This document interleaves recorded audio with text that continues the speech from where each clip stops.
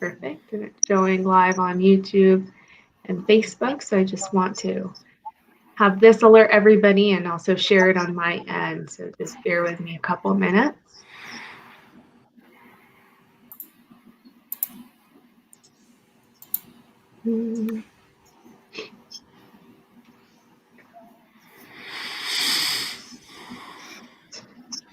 Almost there, I promise.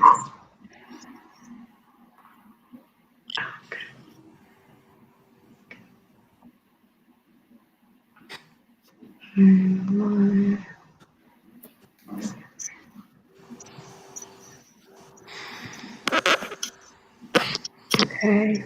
And if you are hopping on here with us while I'm awkwardly doing this, give me that thumbs up or comment. Let me know that you're seeing us and hearing us fine so we can get started. I think I'm done with sharing it on where I need it to. So we can go ahead and get this kicked off. Hello to you, Parker Brown. Thank you for hopping on with us here onto the broadcast. And for anyone else that starts to join us, be sure that you go ahead and give us a thumbs up so I see you on here with me. Give us the comment and let us know that you're on and that you're interested in the content that we have. Along the way during this discussion, you may have questions or comments that come to mind. Be sure that you type them into the comment section of this broadcast so we can ask our two speakers that are with us at the very end of their presentation.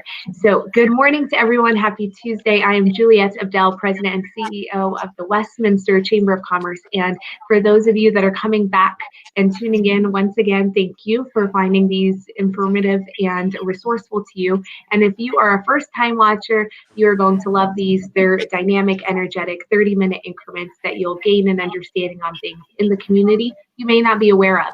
Or if you're from out of state, which I have several people that do tune in from out of state, you can still glean something and be more interested and willing to work with Colorado and our amazing community. So hit the like button if you haven't done so already, the follow icon so you can get alerted as we have these timely updates and other content that we post. And then if you're interested in past videos that we've held, those are on the video section of this Facebook page. They're also available on our YouTube page as well. So if you know somebody who's not active on Facebook, just direct them to our YouTube page as well. And again, make sure that you're connected with us on Twitter, on Instagram at Westminster Chamber. Good morning to you, Wayne. I see that you're on here with us. I'm just displaying this while I segue into the next portion of this video. This is what we'll do to display any comments or questions that we receive. Make sure you have a profile picture that you're proud of so that we can show it off for you as well. So today's broadcast is a part of our Business Success Series, and we have designed these specifically to help our community know about businesses in our area, what they're doing during this time that's just so odd, how they've supported their customers, their vendors, their employees, and then how they've been successful, because there are still nuggets of success for these businesses as they're navigating this uncharted territory. So today's broadcast features Zimmer Biomet, a primary company employer that's located here in Westminster, and I have two of their amazing professionals with us, Kelly Shelton and Aaron Young, to share a few words with us about kind of who they are and everything else that's on their radar. This should be an exciting presentation. So if you have any questions, type it in. I will mute myself and it is yours to take away. Well, thanks, Juliette. Thank you for having Zimmer Biomet as well. Just to give you a little brief, Zimmer Biomet is a global leader in musculoskeletal healthcare. We design, manufacture, and market orthopedic reconstructive products. These products include sports medicine, biologic extremities, trauma products, and office-based technologies. Additionally, we have spine, craniomaxillofacial, and thoracic products, and then as well dental implants and related surgical products. Our Westminster, Colorado facility does house our Spine Americas division. We're located in the Westmore Technology Park. Currently, we employ roughly 240 full-time team members out of the Westminster facility. And then we are just shy of about 360 team members in all of Americas. So that's Canada, US, Central, and South America. But altogether, Zimmer Biomet as a whole has operations in more than 25 countries and sells products in more than 100 countries. Our facility here in Westminster, it's not only office and administrative staff, it also houses our manufacturing machine shop, our research and biomechanical labs, as well as our bioskills training lab and classroom. The health and safety of our team members has been front and center of how we are handling the COVID pandemic. All non-essential team members have been working remotely since the third week of March. And then for team members that are essential and still have been going in, and that has through the whole time we've continued our manufacturing process. So our manufacturing individual team members have been consistently going in.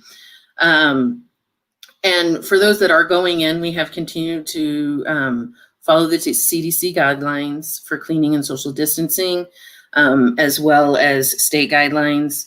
So anyone entering our facility is required to wear face coverings. If we have guests, they are required to have a temperature check. We track them with our iLobby login system, should we need that in the future. And then additionally, just talking about how this has affected our business in ways that we've had to adjust. One area that COVID has had a significant impact on is with our medical education team. Just as an example, it has forced us to make fundamental changes to the way we deliver education to our customers, which are the surgeons and our sales reps. Historically, in-person didactic and hands-on bioskills training was the primary modality used to educate our surgeon customers and sales reps. Those are done for the safe and effective use of Zimmer Biomet products. With the restrictions of COVID, it has created all of our national in-person programs have been postponed, and we've had to take those training methods and modify and facilitate those virtually.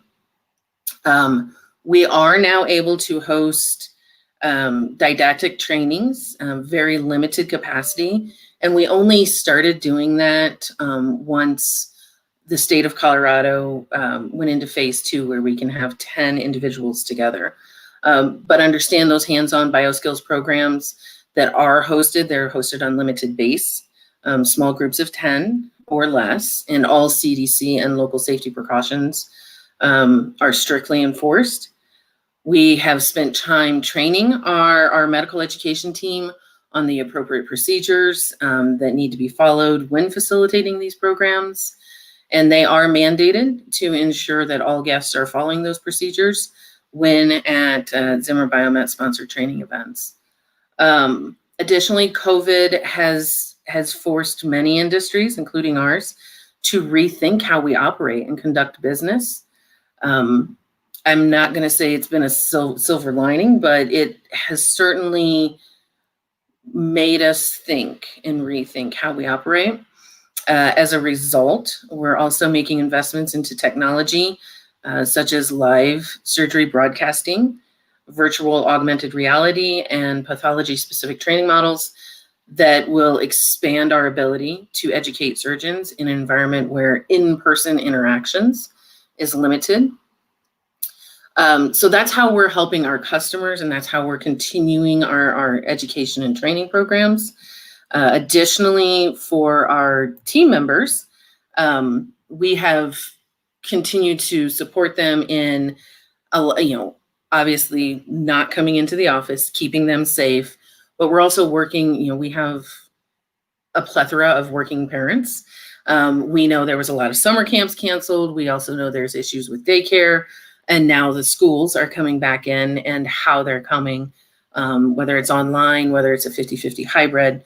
So we are supporting our team members in that. And we're just continuously trying to move forward. So outside of that, I will leave the sales and the marketing aspect to Kelly. That is his area of expertise, and he can fill us in on how this has changed our interaction with surgeons. Thank you, Erin. Appreciate it. And thanks, Juliet, for the opportunity. You guys will probably see a little variance. My internet's not very good, so I apologize. They keep me in a dungeon as the head of sales. So for me, you'll see my lips move and the words not match like an old Godzilla movie. So I apologize for that. But Typically what we do in Zimmer Biomet is we improve the quality of life for patients around the world. And we do implants for every aspect, like Aaron stated, from sports medicine to recon to spine. And spine is the basis of the Westminster campus. Typically, the sales reps that we have over 500 in the field today, they're a crucial part of the actual environment in the OR. They interact with the surgeons. They bring in the implants.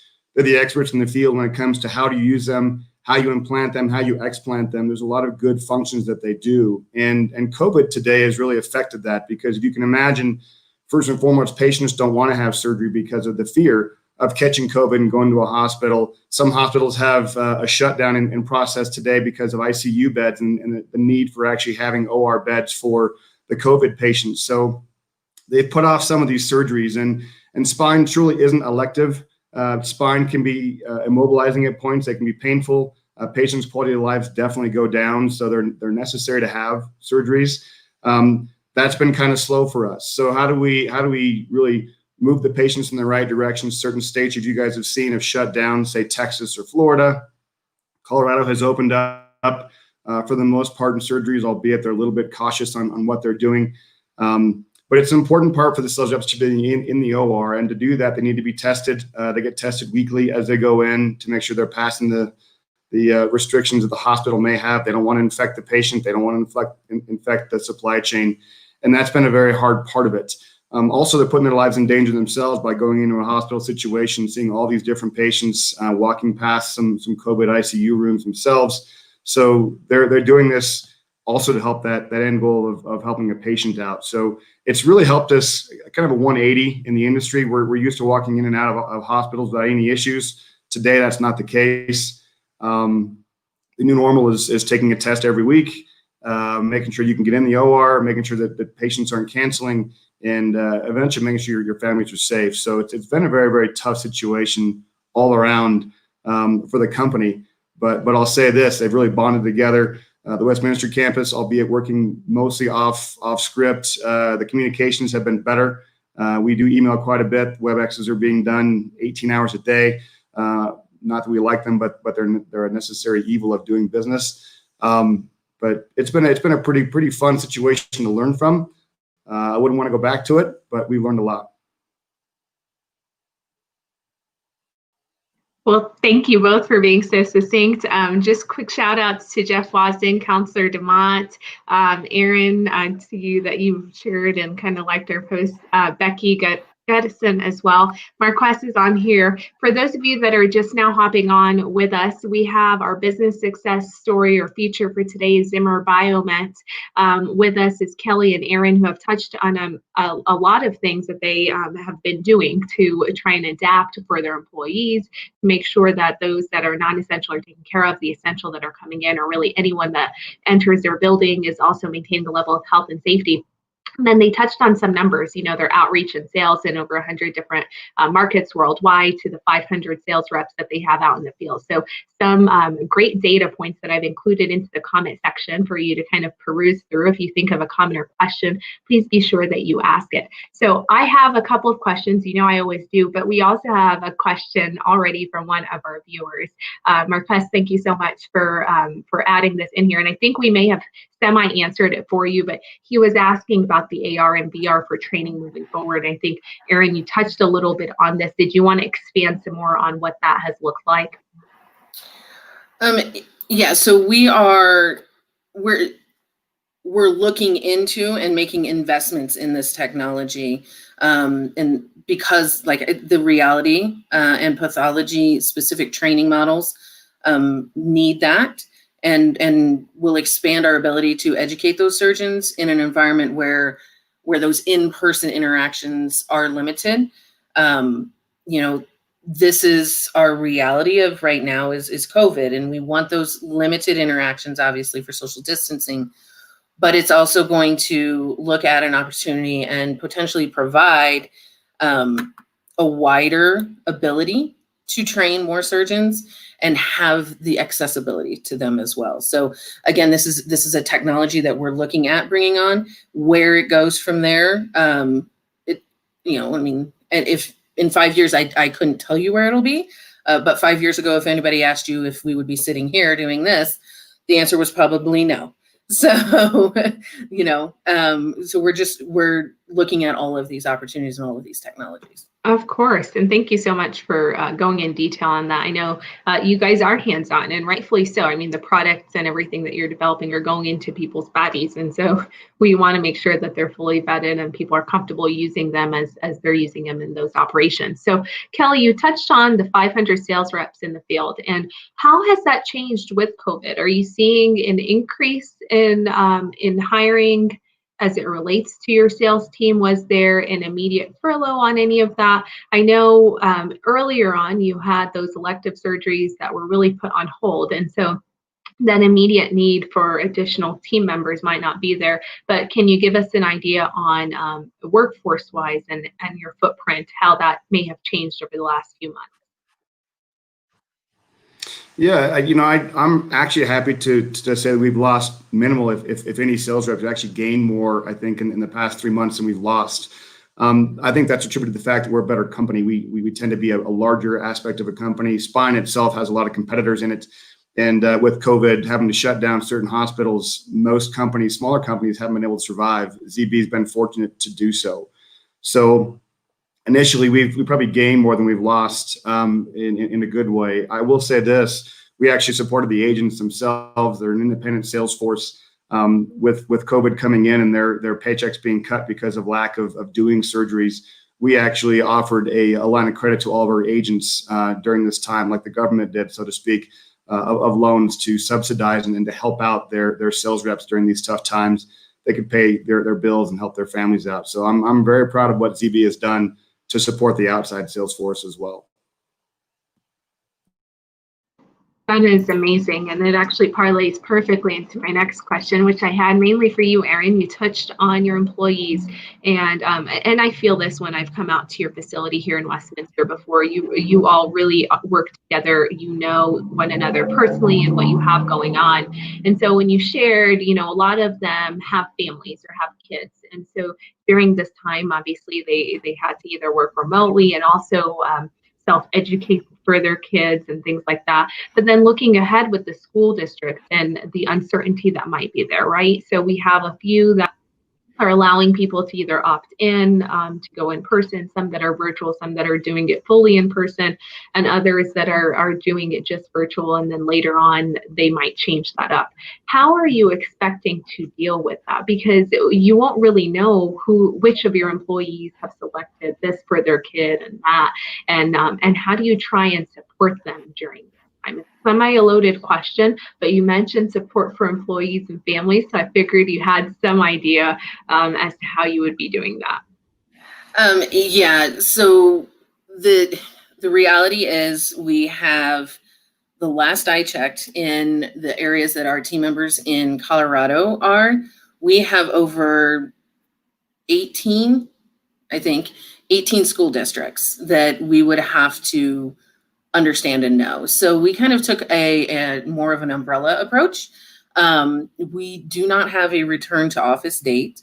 We will continue to support our team members in having those communications with our managers and making sure that our managers understand that it's not going to be standard business hours. I fall into that as well. I have 2 young children, one in middle school and one in elementary, and literally about 12 minutes before we got online, we got an update and we were supposed to be doing 50-50 hybrid. We're now fully virtual. So, I mean, just like that. And I have already mentioned that to my boss, so this is not the first time she's hearing it. But it changes like that. So they're supposed to start in 2 weeks, and that's a huge change for our team members.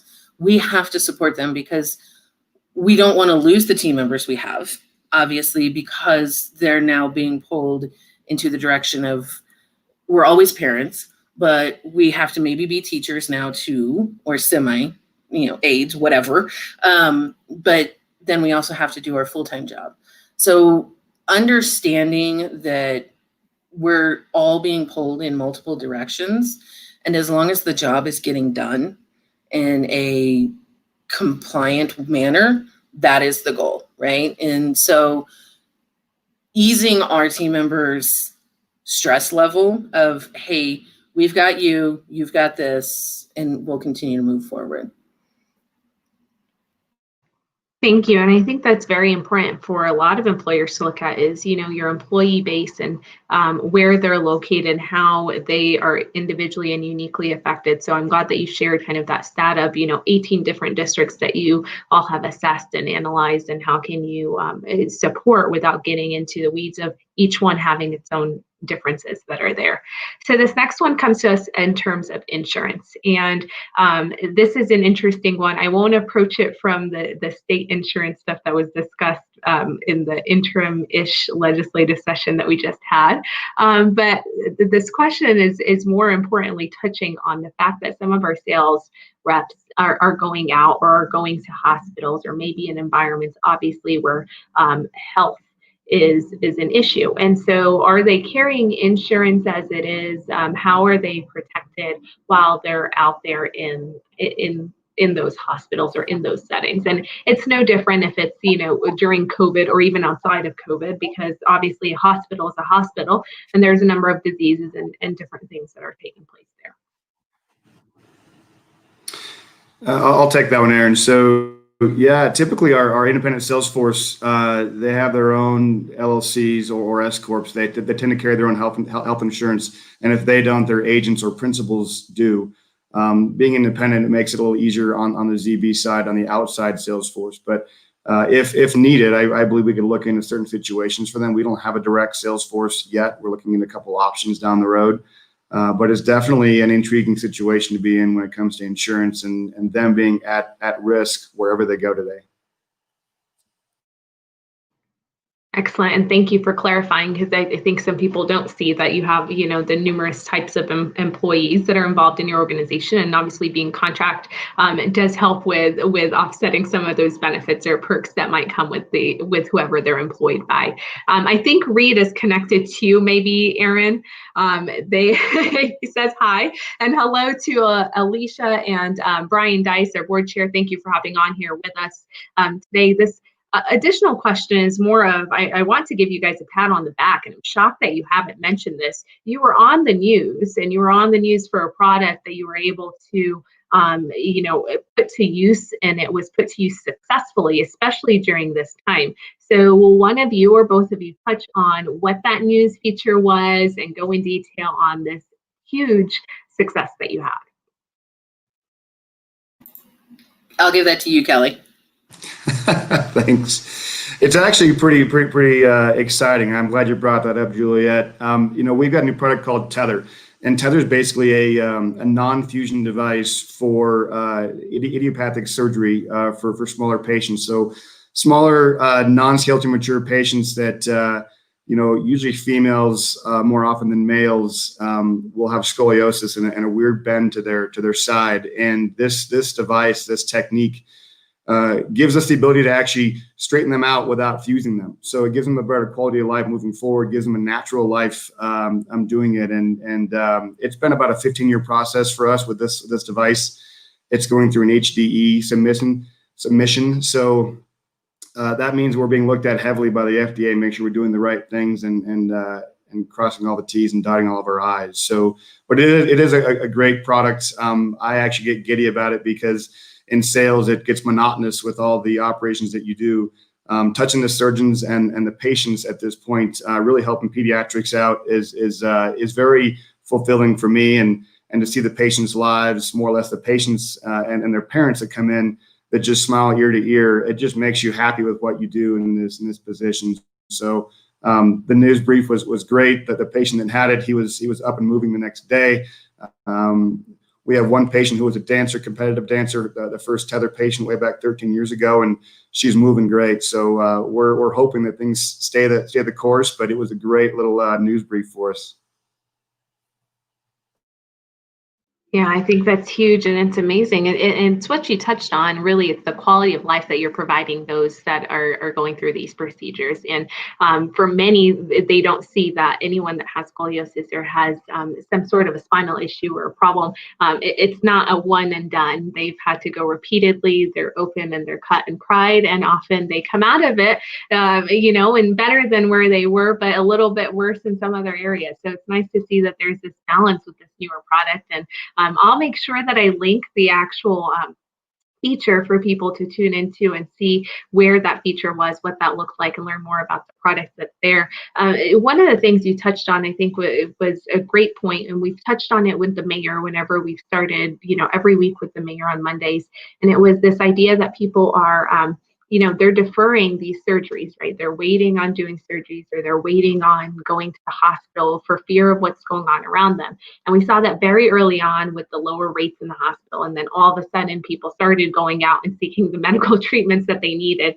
And so the usage on those hospitals were there. So, what message do you want to give for those that are holding off or are thinking, maybe I should wait on doing a procedure that might be related to spinal? I had an interesting conversation with a hematologist and oncologist the other day. And one of the things we touched on was, cancer does not care about COVID. It's still there, it's still growing, and it's still maturing. So similarly, right, we have all these other ailments, and what message do we want to have out there for people that might be suffering from them? Yeah, I would say this. Hospitals have been very good about having to correct this COVID situation. They're very, very safe places to go. Obviously, with the advice of your surgeons or physicians, if you can tolerate your pain today, you can probably prevent it. But for the most part, if you have to have surgery, there's a reason for it. But hospitals are extremely safe. I wouldn't neglect going there because of the fear of COVID. They're actually probably the safest place to be at this point, if I had to guess. But for the most part, I just actually left the hospital yesterday. My mother had a hip surgery, so I'm an advocate for it as well. But they're very safe places. Always follow the advice of your surgeon or physician. But there's no reason not to go at this point unless you're in a big situation where Colorado's not that bad at this point. Excellent. So before I start talking about what I have next and rounding this conversation out, is there anything else we want people to know about Zimmer? We shared that the location that's here in Westminster is focused primarily on spine. We inherited you from a surrounding community, and you've grown and developed here in Westminster, and we're proud of that and hope to retain you for as long as possible. But what other things might people not be aware of that you would want them to know? Or if there is a market that you would like to speak to, what would that look like? I would say, know that we're continuing forward. We do have employment opportunities, and we will be having more coming up. It has slowed, but it has not stopped us in the industry as a whole. There's, to what Kelly said, there's still that need. We've still been manufacturing. We have great supply, and we're continuing to move forward in this, I don't like to say it, but new normal as it is right now, right? So I think the other thing too to know about Zimmer Biomet is we are for our team members, and we have a CEO that has put that out there, has said it, and then leads by it. And having our team members, first and foremost, has really, I think, kept Zimmer Biomet in the lead, and I think it will continue to put us there and to propel us. Take a look at our company. If you want to join the spine team, great. But if the opportunity is elsewhere, we are global. We're based out of the Midwest, but we are global. We have opportunities. We also have a spine division in Memphis, Tennessee.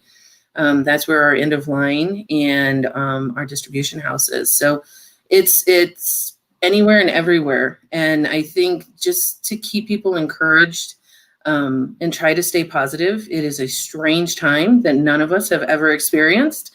So we are experiencing it all together. And I think understanding that, yes, while we're all weathering the same storm, we're not all in the same boat. and being mindful of that when we interact with each other and with other businesses. Absolutely. Well, very well said. Kelly, did you have anything to add to that before I kind of close out? Yeah, it was well said, Aaron. I'll add this, that the Zimmer Biomet has been through a lot of changes in the past 4 or 5 years with mergers and acquisitions. Finding our true culture and who we are. We're finally coming out of that funk, I believe. We've followed up to back-to-back great months of growth for the first time in a long time, in a pandemic, mind you. So for a medical device company to do that is pretty substantial. The communication is getting better every day inside, and we always look for great people to join the culture and to help us mold it. And as Aaron said, we're always looking for great quality people. We're not planning to leave Westminster anytime soon. Well, we love having you, and you are one of the few companies that I'm very proud of all the companies that are here in Westminster, but I am especially continually impressed by the work that you guys funnel out and your investment in the community and making sure that you show, how exactly you're supporting quality of life and how you're there for not just the bottom dollar. So that's appreciated. For those of you that are tuned in, thank you so much for spending the morning with us for a good half-hour chunk. We also have an after hours this evening. So if you, by chance, were free, and I'm inviting you, Kelly and Aaron, so if you want to drive down from the mountains or wherever, from 5 to 7 over at Roots here in Broomfield off of 1200 Marymount Street, let us know and I'll get you registered. We will be back here tomorrow at 11 a.m. for our next broadcast, and it will be featuring Jeffco Public Health. I know several of you have questions as it relates to COVID and health and safety variants and guidelines and things of that nature. So their experts will be on here with us tomorrow morning. The segment is actually extended to about 45 minutes so we can accommodate for the plethora of questions that I'm sure we will have. But we will see you tomorrow at 11 a.m. I want to thank again Kelly and Aaron for spending their morning with us. And for those of you that have tuned in later on, give us the hashtag replay and let us know that you've enjoyed this broadcast. If you have questions, comment them and we'll get the answers taken care of. But thank you so much to both of you and to Zimmer. I appreciate all that you're doing.